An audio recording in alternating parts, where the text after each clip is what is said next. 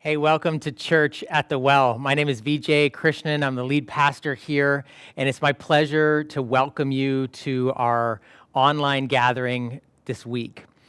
Today is the 4th of July, which for our neighbors to the south is their sort of Independence Day. A few days ago was July 1st, Canada Day. And it's interesting because, when you think about, what does it mean to celebrate? These are celebratory days. We get holidays, vacations, and we're even entering a season of celebration with school being done for many of you who are teachers or kids. Summer ahead of us. Maybe there's some vacation plans. I was listening to someone on the radio this week just talk about, this the kind of continuing grief as we are discovering, even particularly as it relates to residential schools in our own nation's history, of tragedy, loss, crime, hate, racism. And she said, I don't think I can celebrate our nation's birthday right now because I'm grieving some of the things in our nation's past. And I think that's a very real and honest way to think about even, where we find ourselves as a community of people, as a faith community within the country of Canada in these days and in these times. One of the great gifts that the weekly gathering gives us is a reminder that we cannot go very long without being in the presence of God. We need to be in the presence of God. In fact, today's message and today's, which is going to be delivered by Pastor Sundar Krishnan, some of you know is my father, he's going to be talking about how a life doesn't really make sense until we get into the presence of God. And it's not as if God answers all the questions and says, here's why this is happening or this is happening. In many ways, trying to give answers when we're looking at grief and loss in our own lives or in a nation like this, it sounds empty, it sounds hollow. It's not about that. But we get the gift every time we gather to say, God, can you come near to me, or I come near to you, and in your presence, I feel like at least in your presence, I can start to make sense of this world as you can speak peace and truth and grace into my own life. And so I want to invite you into the presence of God together. One of the things we're going to be doing in this service, you can see here, is celebrating communion or the Lord's Supper, or maybe some of you know it as the Eucharist or the host, or maybe some of you don't know it at all. It's not been a part of your tradition or experience. These elements represent the fact that our God has suffered with us and for us. And so even on a day like today, even in the context of what we are thinking through and wrestling through as people in your personal lives and as a part of this nation, we know we do that in the presence of a God who suffers, who understands pain and grief and loss, whose heart is broken over the broken things in this world.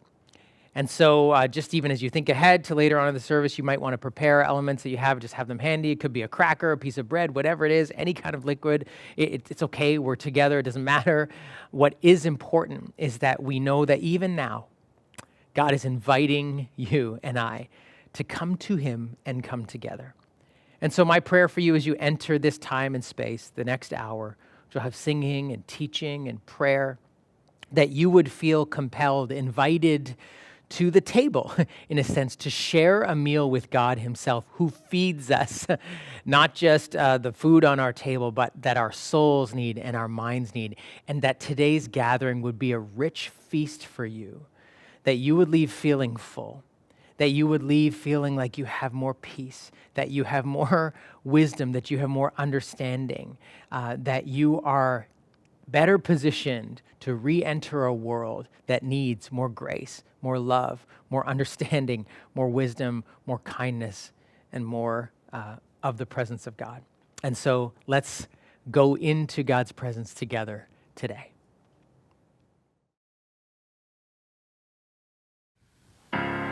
Fight a little longer, my friend. It's all worth it in the end. But when you got nobody to turn to, just hold on and I'll find you. I'll find you. I'll find you. Just hold on and I'll find you. I'm hanging on by a thread, and now I'm clinging to his prayers. And every breath is like a battle. I feel like I ain't prepared. And death's knocking on the front door. Pain's creeping through the back.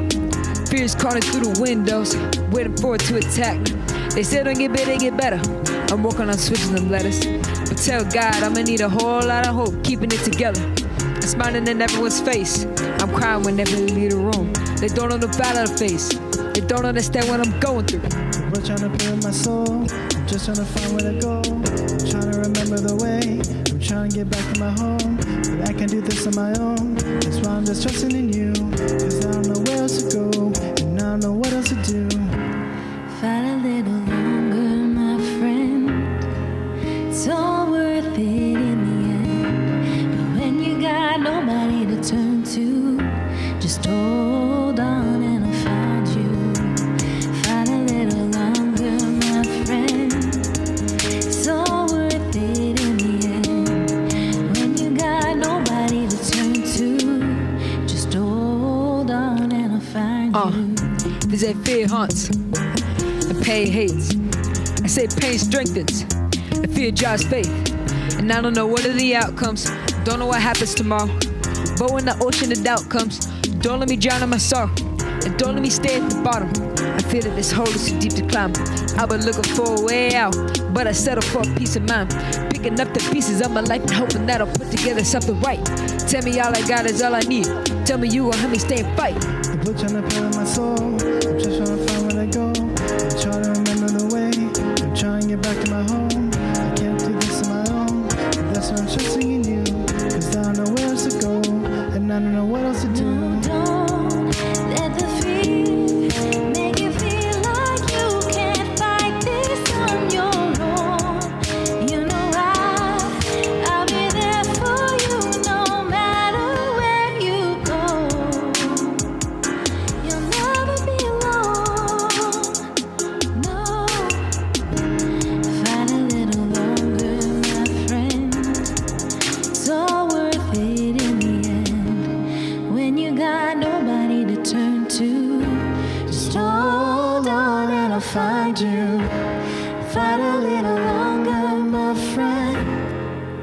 All worth it in the end. When you got nobody to turn to, just hold on and I'll find you. I'll find you. I'll find you. Just hold on and I'll find you.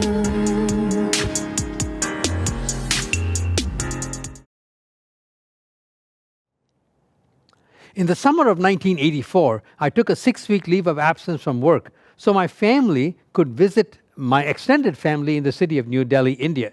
Especially my children, Sheila and Vijay, my son, your pastor, had not even met some of their cousins. So that part of the trip went famously and we had a wonderful time reconnecting with the family. But there was another dimension to that visit that I hadn't been prepared for. Being exposed to so many poor people all around me, and not just a few, but many, many, many, the weight of human suffering relentlessly pressed itself upon me week after week after week. And then as the person of faith, whose life had been significantly affected and transformed by my personal relationship with Jesus Christ, I also struggled with their spiritual needs. The fact that most of them had never heard the good news in Jesus, probably are not likely to hear it, and if they did, would probably have a hard time understanding its implications. My own parents, whom of course knew very well, were part of my spiritual journey with Jesus for over 21 years, hadn't yet grasped the significance of that in my life. And to make matters worse, just barely 4 years ago, I had resigned from Atomic Energy of Canada and become a pastor of a church. And now, everything I had been doing for the last 4 years in Rexdale Alliance Church seemed completely irrelevant to this massive human need around me, both material and spiritual. So I just seriously considered coming back home and resigning from the church and seeing if I could get my job with Atomic Energy Canada back again. Now, this temptation was not to walk away from my faith in Jesus, but in my case, it was to just get my job back and retreat into a nice house behind the proverbial white picket fence in suburbia and leave the problems of the world to God to take care of. You see, I was going through some hard times. They were not financial, they were not relational, they were not physical, but they were engaging me at the level of my worldview, calling into question my purpose in life and my calling. And sometimes those are the hardest ones because they have a potential to spill over into every other dimension of life. Now, perhaps some of you can identify with what I went through. Maybe you've had struggles at that worldview level where your purpose in life and your calling seem to be precipitated into a crisis. Maybe others of you have hard times that are much more, common perhaps, the physical ones, the relational ones, and the vocational ones, for example. Be that as it may, the challenge that we've been put before us in this series that we are drawing to a conclusion today is how to, in hard times, not merely endure, but actually become new people. Because it is possible to endure and still be left harsh, cynical, disengaged, and yes, even better.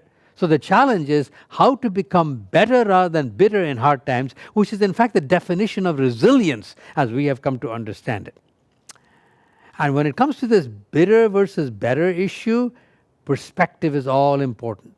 Listen to Dr. Andrea Bonvar, who is writing in Psychology Today in the March 2016 issue, in an article entitled 9 Mental Habits That Can Make You Better. This is what she says. Many aspects of our personalities and emotional makeups develop over time through the habits we have adopted, the ways we interpret events, the thoughts that run through our heads like clockwork, and the explanations we give for how the world works.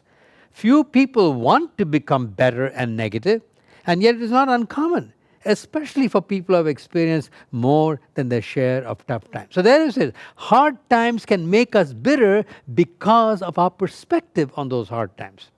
Therefore, if we're going to become resilient in hard times and get better rather than bitter, we're obviously going to need to change our perspective, which of course begs the question, how do we do that? Now, of course, it's going to require some rigorous thinking, careful thinking, because it all has to do with perspective, right? But that's not enough, because emotions like bitterness and other emotions associated with rejection and injustice run deep.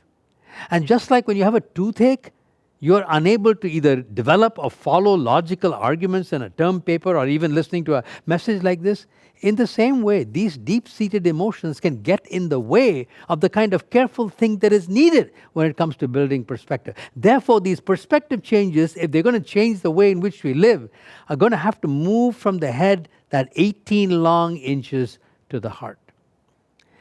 And that's where our topic for today comes in. Prayer. Yes, you heard me right, prayer. Now, I can imagine your immediate reaction. Come on, Sundar. How can that be relevant at all? Typical impractical advice. After all, your problems were with God. What is the point praying to God? How can that be a problem, a solution to our problem? And think of it this way, though, and you might find it helpful. All of us can probably talk about relationships in our lives, conversations with people that have actually helped us think differently about a particular set of circumstances or an incident or even a person. And as a result of which, we've actually found our emotions even changing to the better. Now, prayer is exactly that. It functions, only it's a vertical relationship with God, and has exactly the same way or the same potential to change us. In fact, even deeper, because when we are dealing with human beings at the horizontal level, we sometimes find ourselves pushing back. But God, as our creator, is able to actually affect us at a much deeper level where these kinds of perspectives need to change. Now, any old prayer won't do that, just like any old conversation with people won't do that. We've had conversations with human beings at the horizontal level that don't help us at all. So we're talking about the kind of prayer that will actually build resilience in us to enable us to become better people rather than bitter people, to become new people rather than just endure. That's what we're going to be talking about today. The kind of prayer that is actually able to build resilience in us. Listen to the story of a man named Asaph. He was probably a member of the musical guild and a worship leader perhaps in the temple, functioning in the court of King David, most likely. So approximately 2 to 3 millennia ago. His story is recorded in a book called the Psalms, which was actually a collection of songs that Israel used in their worship. Surely God is good to Israel, to those who are pure in heart. But as for me, my feet had almost slipped. I had nearly lost my foothold, for I envied the arrogant when I saw the prosperity of the wicked. They have no struggles. Their bodies are healthy and strong. They are free from common human burdens. They are not plagued by human ills. Therefore pride is their necklace. They clothe themselves with violence. From their callous hearts comes iniquity. Their evil imaginations have no limits. They scoff and speak with malice. With arrogance they threaten oppression. Their mouths lay claim to heaven, and their tongues take possession of the earth. Therefore their people turn to them and drink up waters in abundance. They say, how would God know? Does the Most High know anything? This is what the wicked are like. Always free of care, they go on amassing wealth. Surely in vain I have kept my heart pure, and have washed my hands in innocence. All day long I have been afflicted, and every morning brings new punishments. If I had spoken out like that, I would have betrayed your children. When I tried to understand all this, it troubled me deeply, till I entered the sanctuary of God. Then I understood their final destiny. Surely you place them on slippery ground. You cast them down to ruin. How suddenly are they destroyed, completely swept by terrors. They are like a dream when one awakes. When you arise, Lord, you will despise them as fantasies. When my heart was grieved and my spirit embittered, I was senseless and ignorant. I was a brute beast before you. Yet I am always with you. You hold me by my right hand. You guide me with your counsel, and afterward you will take me into glory. Whom have I in heaven but you? And earth has nothing I desire besides you. My flesh and my heart may fail, but God is the strength of my heart and my portion forever. All right, let's dig a little bit deeper into this prayer journey of Asaph. He begins in the first 3 verses. Surely God is good to Israel, to those who are pure in heart. But as for me, my feet had almost slipped. I had nearly lost my foothold, for I envied the arrogant when I saw the prosperity of the wicked. His life and his theology were clashing, and life was tashing up on theology. You see, his theology said God is good to his people and good to individuals who are walking in harmony with him and in submission to his ways. And it should be the opposite with people who have no room for God in their lives. In fact, as he looks at life, though, exactly the opposite of what theology says should happen is happening. While his life has got all kinds of hardships, and he'll spell them out a little bit later, the people that don't seem to have much room for God in their lives are having it go really, really well with them. And the longer he looks at them, the more he begins to envy them. And envy eventually or inevitably leads to bitterness. You know why? As Dorothy Sayers, that great British novelist, put it, envy begins by asking, why don't I have what they have? It then moves from there to, why should they have what I don't have? And then moves from there to a desire, wishing that they didn't have it, and if it was within your power, you would take it away. But because it usually isn't, you begin to go bitter in it. And as a result of this process, he said, I was losing my foothold. Life was bashing up on theology. Envy was becoming bitterness in my life. Everything seemed to be going good for them. My very foundations were shaking. And then he takes the next few verses, almost half of the psalm, to spell out in great detail all the things that were happening for the good to those who had no time for God, which was deepening and deepening his envy, to the point where he was about to quit. For in verse 13 he says this, surely in vain have I kept my heart pure. In vain have I washed my hands in innocence. His heart refers to the inner springs of his actions, and his hands refer to his actual ethical behavior. And the word vanity here doesn't mean pride that you and I normally think it means and use it in certain settings. It simply means pointless. So basically what he was saying was, if this is what's going to happen to people who have no time for God and everything's going well with them, and people like me who are trying to obey God are having it difficult, what's the point? Either internal purity or external ethical behavior, both of them seem completely pointless. That was where he had arrived at. It was a battle of the two surelys. Surely God is good to those who are pure in heart. Surely in vain have I kept my hands pure. Sort of like the situation that I was finding myself in India, right? What is the point? What is the point? I need to get back to engineering and quit my job. Now for me, as I said, the temptation was just to not abandon my faith entirely, but just kind of retreat into a privatized expression of it, away from the problems of the world. But for some people, and Asaph I think probably, it might have meant a total abandonment. Maybe there are some of you listening to me who have completely walked away from faith or never considered it because of these kinds of tensions and hardships in your life. Are those the only two options? A partial or a total retreat away from faith?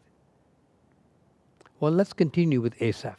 And we find that the first step towards that upward spiral out of that deep pit that he found himself in was found in verse 15. If I had said I would speak thus, I would have betrayed your children. In everyday language, what he's saying is, if I keep on saying things like this, oh, it's pointless, it's useless. What is the point being good on the inside and good on the outside?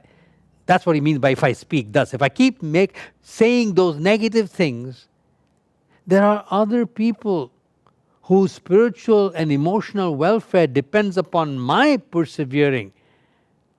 They are going to be affected negatively by this.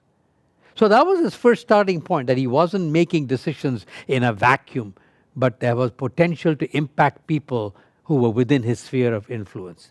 Therefore, he says, I better think a little bit more. I just need to think a little bit more about this issue. Remember, it's all about building perspective properly. But it doesn't help, because in verse 16 it says, when I tried to understand all this, it was oppressive to me. Now, what does a man do when you're in that situation? You cannot find an intellectual resolution to your problem, but you also can't walk away from your life because other people's welfare depends upon it. What would you and I do in that situation? Our faith seems to be not making any sense anymore given the realities of the world around us and our circumstances. But there are other people. This generation, he was probably thinking about the people that he leads in worship. You and I might be thinking about people in our lives, family members, friends. And so, he's in a real dilemma. Now we get to the turning point.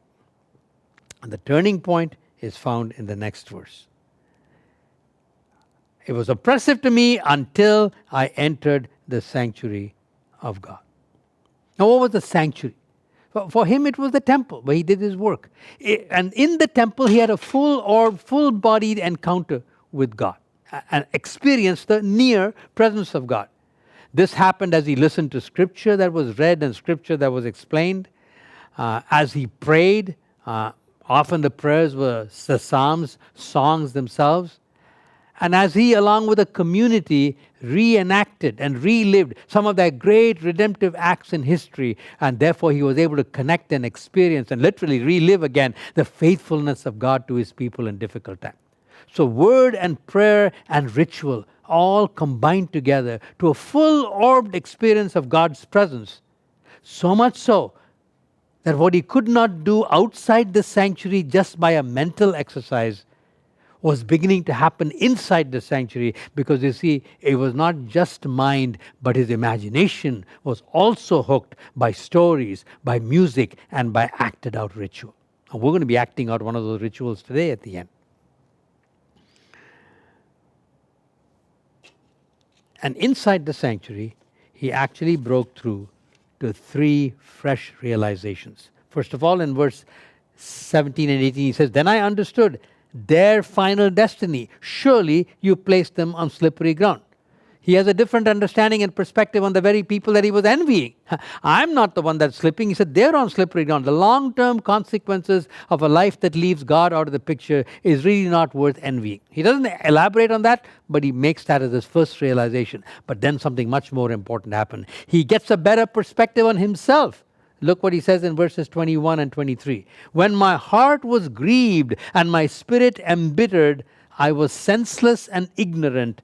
I was a brute beast before you. He realized what was happening to him outside the sanctuary. Remember, this is where he thought he was a good man. He was good on the inside. He was good on the outside. Why wasn't God good to him? It all started with his understanding of his own goodness.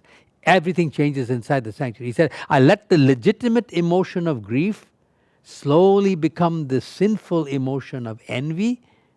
As a result of that, I became bitter. As a result of that bitterness, I became senseless. I forgot that envy itself was one of the commandments of God that I was breaking, and I wasn't as good as I thought I was. In fact, I was just responding like a brute beast, meaning I was responding at a purely instinctual level. See the progression? Envy, bitterness, loss of sense, dehumanization. That's what he recognized was happening to him. So he saw the people he was envying differently, that they were really didn't need to be envied because of where they were heading.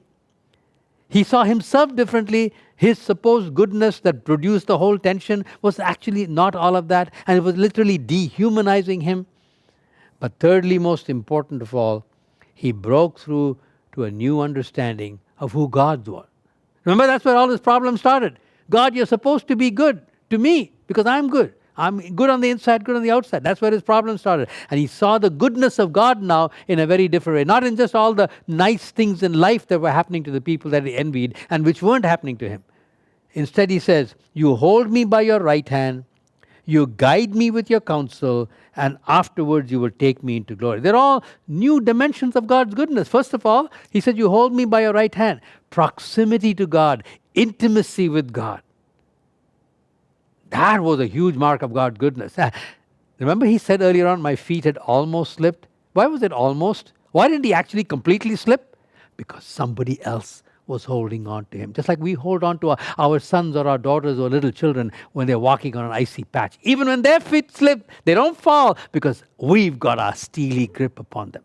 That's because we are good fathers. We are good mothers. In the same way, he holds me by my right hand. Secondly, he holds me by my right hand to guide me through these perplexing comparisons that life keeps throwing up. When theology and life are clashing and life is beating up on theology, I need guidance. He's going to give that to me. And he will do it so well, he will never stop doing it because he will finish what he started in my life. He will guide me all the way into glory. And that's a short form expression for meaning I will stand in the immediate presence of God where the beauty, glory, and the majesty of Jesus and God that I can only get hints of right now, I will be able to see. And for a worship leader to see that, you can imagine what it would have meant to him. See how completely he has an understanding of God's goodness now.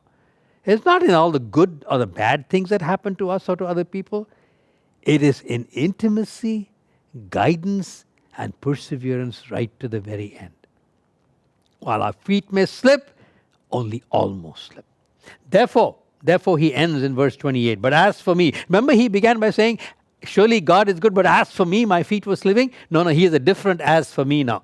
The transformation is complete. But as for me, it is good to be near God. I get you, God. That's the near good, real goodness. I have therefore made you the sovereign Lord, my refuge. And by the way, I'm going to tell everybody. And did he not tell it to us? You and I wouldn't have Psalm 73 today guiding us if he didn't actually make that resolution. So, we want to sum up his entire experience in one sentence. Here it is. Prayer may not change what you see, but prayer will change how you see. Perspective. Prayer may not change what you see, but prayer will change how you see.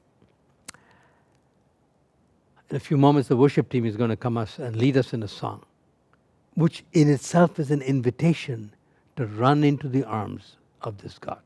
I would encourage you as you listen to the song to actually use it for that very purpose. Begin that journey back to the good God right now.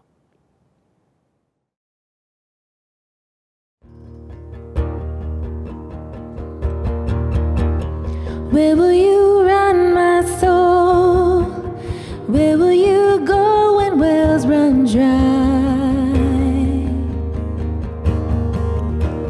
When the wind starts to blow, how you gonna keep this flame alive? In the fading light when night is breaking, I know you will always be waiting. You'll always be there. I'm running to the secret place where you are, where you are. I sing to you of all the ways you stole my heart, stole my heart. Better is a moment that I spend with you than a million other days away. I'm running, I'm running, I'm running to the secret place.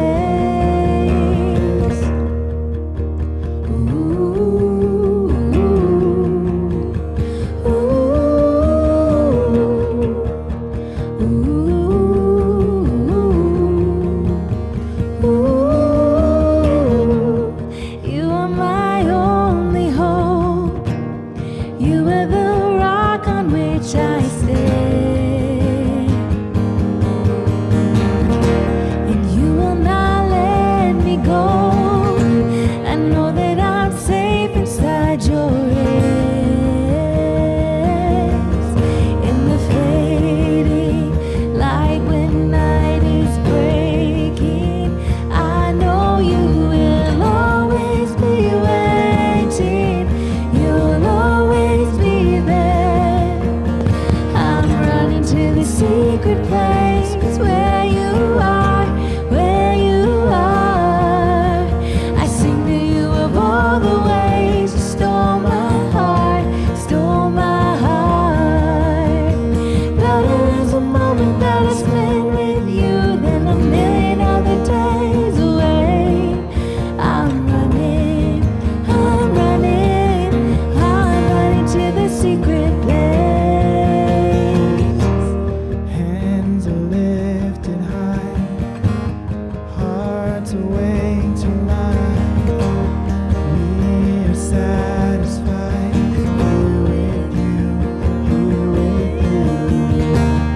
Chains will hit the floor, broken lives restored. We couldn't ask for more. Here with you, here with you.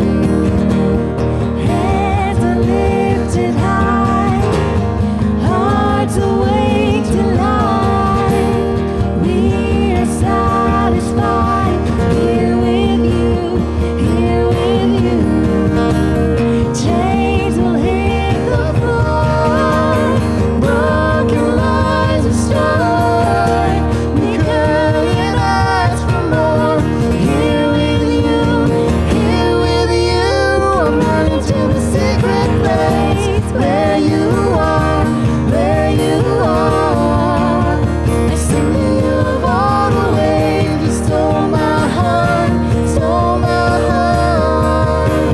Better is the moment that I spend with you than a million other days away.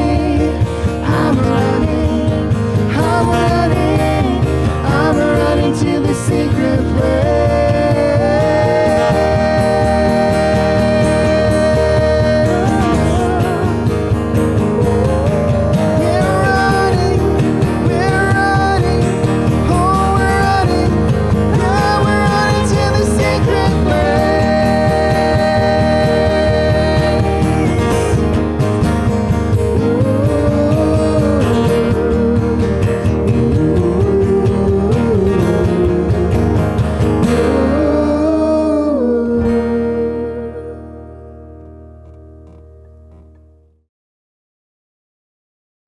Well, Asaph let us into a secret, right? That prayer may not change what we see, but prayer will change how we see. Now, that was his experience 3,000 years ago.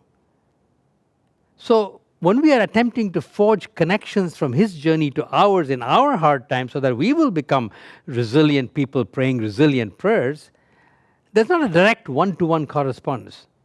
What we can use to forge those connections are look for some clues so that our story intersects with his story. So I want to give you 3 of those clues that I have found helpful in my journey of harnessing Psalm 73, or the secret of Psalm 73 for my life in hard times. First of all, Asaph lets himself go. I mean, he doesn't hold back, right? Do you know, if you read the whole Psalm, 14 of the 28 verses, 50% of his prayer is about this lamenting and complaining.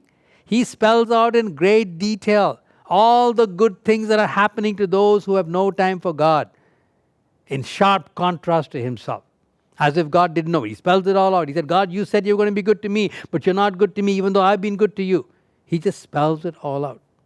And so that's okay for us. It's obviously not the place where we end, but it's a necessary starting point. So join Asaph in letting yourself go. Pour out your heart to him, spelling out the very specific details. And this is where you could even use many of the Psalms. Interestingly, half the Psalms, there are 150 songs in Israel's songbook. Half of them are these kinds of lamentations, as we call them, complaints to God. They give us a vocabulary with which to complain properly to God. A recent story that testifies to the power of the Psalms like this. It comes from the pen of Andrei Sakharov. He was a Nobel laureate, a physicist, a Russian, but because he spoke out critically against the communist government, he was sentenced into domestic exile for several years.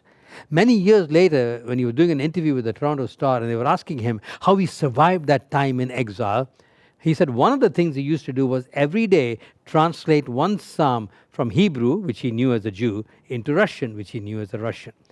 And so he was doing exactly this kind of thing. The Psalms were training him in pouring out to God, obviously these very difficult times when he needed to let himself go.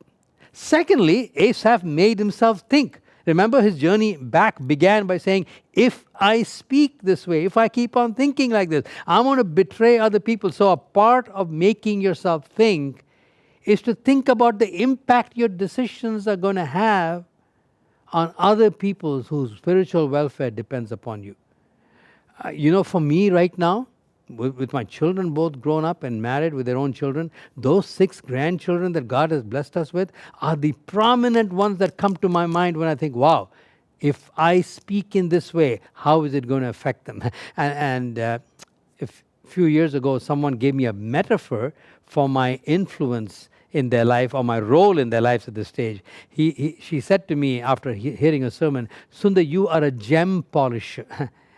And as I continue to think about that, the picture or the truth that settled on my heart was that these 6 grandchildren that God has given to me are the gems. As Proverbs says, grandchildren are a jewel in your crown. And I got a beautiful gift for Father's Day when my children gave me this little keychain, and this little brass rectangle that you see in there has got the names of my 6 grandchildren, has got a little precious stone that is approximating their birthstone color. And this is going to be with me all the time because I will have to always be able to say, if I speak in this way, how is it going to affect my polishing task? Now, there may be others for you. It may be grandchildren, maybe somebody else. I also have spiritual sons and daughters whose welfare also in some way depends on mine.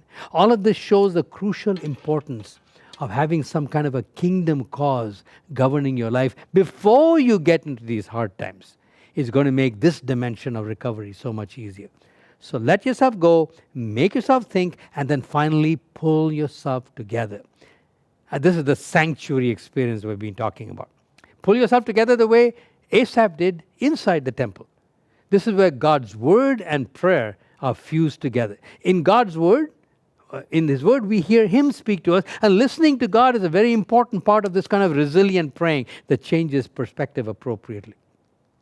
And as we read those scriptures, and you will have the weekly blogs that are written for you, so you can just do that, tracking with this sermon today. As you read those, various things can happen. You hear about other Asaphs, other people who in other difficult circumstances broke through to a fresh perspective through resilient praying. And faith begins to build up in your heart that, yes, it's possible for me, so I'm going to keep praying. You might also read in those same scriptures about other dimensions of God. For example, one that helps me a lot when it comes to resilient prayer is the fact that God is eternal, God is sovereign, God is Lord over time, which means He speaks in such a way that His eternity touches my time and rescues me from the tyranny of the urgent. All the busyness, there's so many things we have to do, is another thing that gets in the way of resilient praying. And so encountering this eternal God in this kind of whole person encounter makes a big difference and tames the tyranny of time. And then we also get to rehearse our huge history. Our faith goes back generations, millennia, and we get to see the faithfulness of God through all those centuries. So in all of those ways, God's word speaks to us. And then as He speaks to us, we speak back to Him, taking our cues from what He has spoken to us about. We speak back to Him in prayer, whether it's pouring ourselves out, whether it's praying for the people whose spiritual welfare depends on ours, or praying that in our own hard circumstances He will come and do this work. What He did for others, He will do for us. All of those various ways you pray based on what you heard. And this is where, don't forget the power of music and songs, both old and new, where God both speaks to you and you speak back to Him. Alan Bloom, many years ago, a professor in the US, wrote a book called The Closing of the American Mind. And in that, commenting upon music, both good and bad, he read this. He said, armed with music, man can damn rational doubt, because music provides an unquestioned authentication of any activity that it accompanies. So what does that those fancy words? It just simply means that truth that is simply articulated in sentences or prose may touch our minds. But when that truth is presented in poetry accompanied by music, then it descends at 18 inches from the head to the heart. It affects our imagination and does an end run around our intellect and energizes our wills. For example, a pastor, me, anybody else preaching, Vijay, someone else may say to you in the course of a sermon or whatever, 5 or 7 minutes, of how much God loves us. Maybe they'll quote verses and whatnot. And you kind of believe it a little bit. But then the worship team gets up and you start singing, oh, the overwhelming, never-ending, reckless love of God. Oh, it chases me down, fights till I'm found, leaves the 99. There's no mountain you won't climb up, no shadow you won't light up coming after me. There are no walls you won't pull down, no lies you won't tear down coming out. What's happening to you? You are just joining in that singing wholeheartedly. The poetry and the music did something that prose could not do by itself. So don't forget to harness the power of that.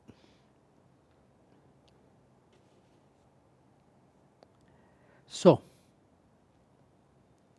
if you want to become better rather than bitter in hard times, if you want to go beyond surviving to thriving, if you want to go beyond enduring to become new people, learn to pray perspective-changing prayers like Asaph did, by letting yourself go, making yourself think, and pulling yourself together. And by the way, don't forget to show up on Sundays in the sanctuary, because you never know what's going to happen. Come back with me to New Delhi, 1984. September 2nd, the last Sunday evening, because the next day we were flying back. I was still in that dejected frame of mind, seriously considering resigning my job as a pastor when I got back, retreating from this world, disengaging. And a man got up to speak. He was the president of Wycliffe Bible Translators. It's an organization that translates the Bible into various languages that are only spoken, not even written. Long, hard, arduous work in very difficult places. But people do it so that others can read the Bible in their own language.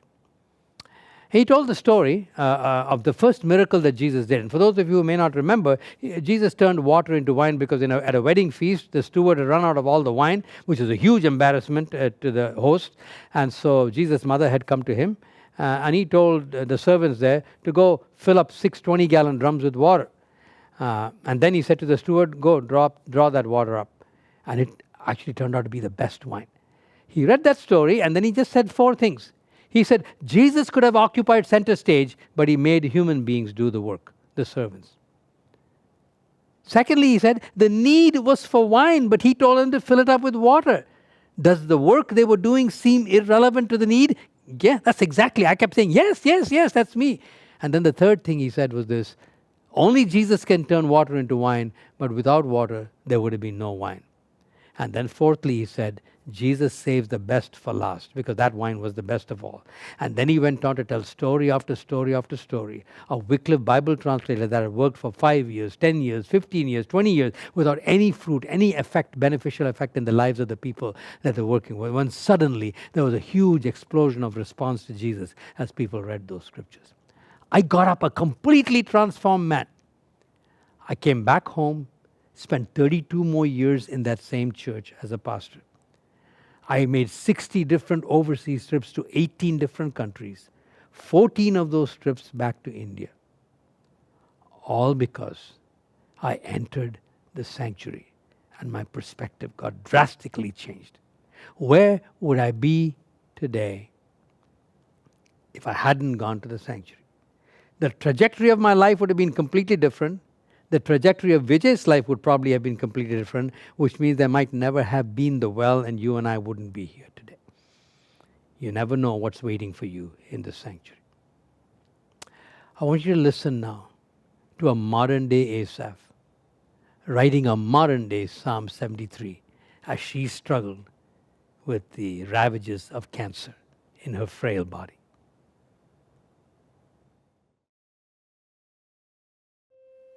God is on the bathroom floor. After the doctor told me I was dying, and after the man I married said he didn't love me anymore, I chased a miracle in California, and 16 weeks later, I got it. The cancer was gone. But when my brain caught up with it all, something broke. I later found out that all the tragedy at once had caused a physical head trauma, and my brain was sending false signals of excruciating pain and panic. I spent 3 months propped against the wall.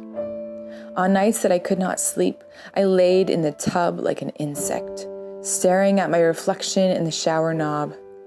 I vomited until I was hollow. I rolled up under my robe on the tile. The bathroom floor became my place to hide, where I could scream and be ugly, where I could sob and spit and eventually doze off, happy to be asleep, even with my head on the toilet. I have had cancer 3 times now, and I barely passed 30.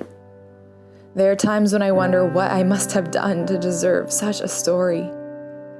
I fear sometimes that when I die and meet with God, He will say that I disappointed Him or offended Him or failed Him. Maybe He'll say I just never learned the lesson, or that I wasn't grateful enough. But one thing I know for sure is this: He can never say that He did not know me. I'm God's downstairs neighbor, banging on the ceiling with a broomstick. I show up at His door every day, sometimes with songs, sometimes with curses, sometimes apologies, gifts, questions, demands. Sometimes I use my key under the mat to let myself in. Other times I sulk outside until He opens the door to me Himself.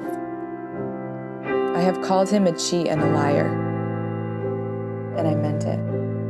I have told Him I wanted to die, and I meant it. Tears have become the only prayer I know. Prayers roll over my nostrils and drip down my forearms. They fall to the ground as I reach for Him. These are the prayers I repeat day and night, sunrise, sunset. Call me bitter if you want to. That's fair. Count me among the angry, the cynical, the offended, the hardened, but count me also among the friends of God. For I have seen Him in rare form. I have felt His exhale, laid in His shadow, squinted to read the message He wrote for me in the grout. I'm sad too. If an explanation would help, He would write me one, I know it. But maybe an explanation would only start an argument between us. And I don't want to argue with God. I want to lay in the hammock with Him and trace the veins in His arms. I remind myself that I'm praying to the God who let the Israelites stay lost for decades. They begged to arrive in the promised land, but instead he let them wander, answering prayers they didn't pray. For 40 years their shoes didn't wear out. Fire lit their path each night. Every morning he sent them mercy bread from heaven. I look hard for the answers to the prayers that I didn't pray. I look for the mercy bread that he has promised to bake fresh for me each morning. The Israelites called it manna, which means, what is it? That's the same question I'm asking. Again and again, there's mercy here somewhere, but what is it? What is it? What is it? I see mercy in the dusty sunlight that outlines the trees, in my mother's crooked hands, in the blanket my friend left for me, in the harmony of the wind chimes. It's not the mercy that I asked for, but it is mercy nonetheless. And I learn a new prayer. Thank you. It's a prayer I don't mean yet, but I will repeat until I do. Call me cursed, call me lost, call me scorned, but that's not all. Call me chosen, blessed, sought after. Call me the one who God whispers his secrets to. I am the one whose belly is filled with loaves of mercy that were hidden for me. Even on days when I'm not so sick, sometimes I go lay on the mat in the afternoon light to listen for him.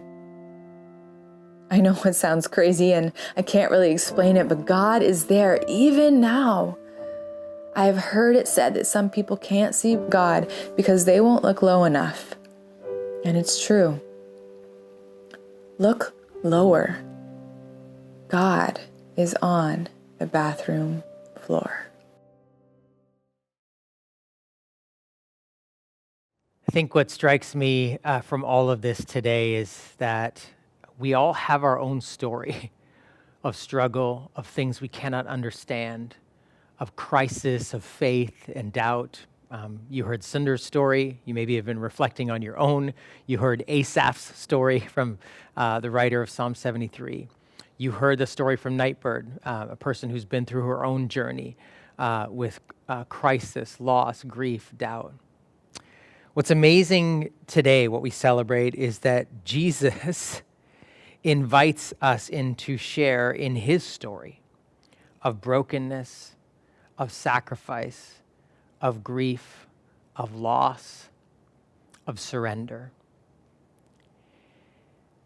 But he tells us, like he told his disciples 2,000 years ago when he first said these words, that this is not just his story, it is one that he is inviting us into to share in. Just like we share, if we were together in person and those meeting together, like, you would share in a sense it is a common loaf. That's what Jesus said. He took a piece of bread with his disciples, he broke it, and he said, "This is my body, but it is broken for you." And Jesus, we know, was so honest even with God about his own loss, about his own grief, about the pain he was going through, wishing it could be another way, and yet choosing to trust God and surrender to him and wait for God to come through for him. Wait for God to make sense of all of it for him. And so he says, "This is my body, broken for you." And so even today, I want you to experience as you take whatever bread you have and you break it, a cracker, a piece of bread, and saying, yeah, this represents the suffering of Jesus for me, and it helps me at least begin to know that I have comfort in my own suffering. Even if I can't understand it all, even if I can't make sense of it all, I can pray to a God who knows who has suffered. And so even as you break it, maybe it represents even your own brokenness and your own story. But know that Jesus says, no, this is my brokenness, my body broken for you. And then he took the cup of wine that was nearby, and he says, and this is my blood, which is shed for you. Which is, when someone gives their blood, it's a sense of saying, I'm holding nothing back. My whole life is given to you and given for you. And so I trust as you take this today, I'm going to break a piece off here. As you take this, and it represents the body and blood of Christ for you. As you take it into your bodies, you literally in a few moments taste it, as you can feel it on your tongue and in your stomach as it goes down, that would be how real the presence of God is for you in your pain, in your place where you find yourself today. It is how real the presence of God is for our hurting and broken world. And it is also the beginning of how we begin to get pulled back together again or held together by a God who is helping us be resilient through these things, who is not just getting us through something hard, but making all things new.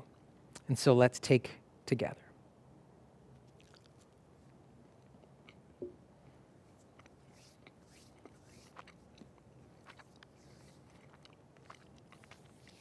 Jesus, we thank you for everything you have done, everything you are doing, everything you will do. Thank you that in your presence we can let it all out because you did. That we can allow you to speak into the places that we don't understand, where we doubt, where we fear, where the pain seems unbearable. And then in you, you pull us back together. Thank you that we celebrate this not simply as your death, but after your resurrection, where God raised you up, where you became someone new. And so, Lord, in the in-between, as we wait for our own resurrection of our bodies, for you to make all things new, because things aren't all new yet, for you to set all things right, because they are not all yet right. Thank you that you wait with us, and we can wait in your presence. In Jesus' name, amen.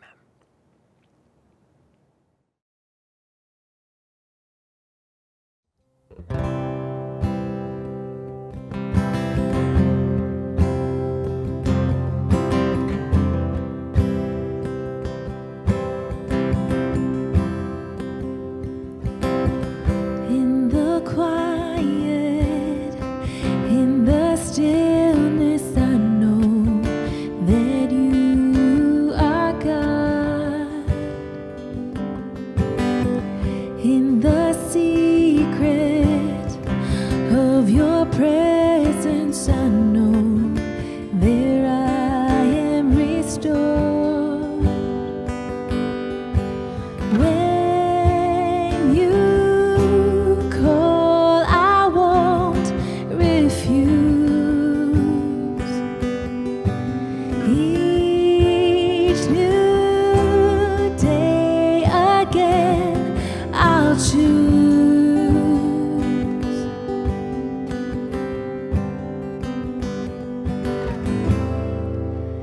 There is no one else for me, none but Jesus, crucified to set me free. Now I live to bring him praise. In the chaos, in confusion, I know you're sovereign still. In the moment,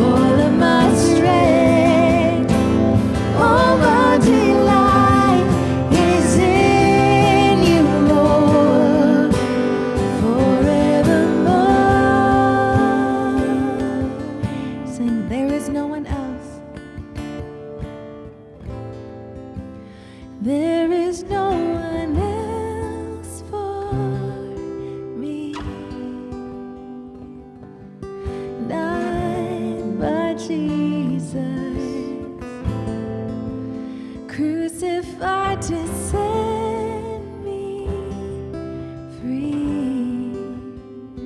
Now I live to bring him praise.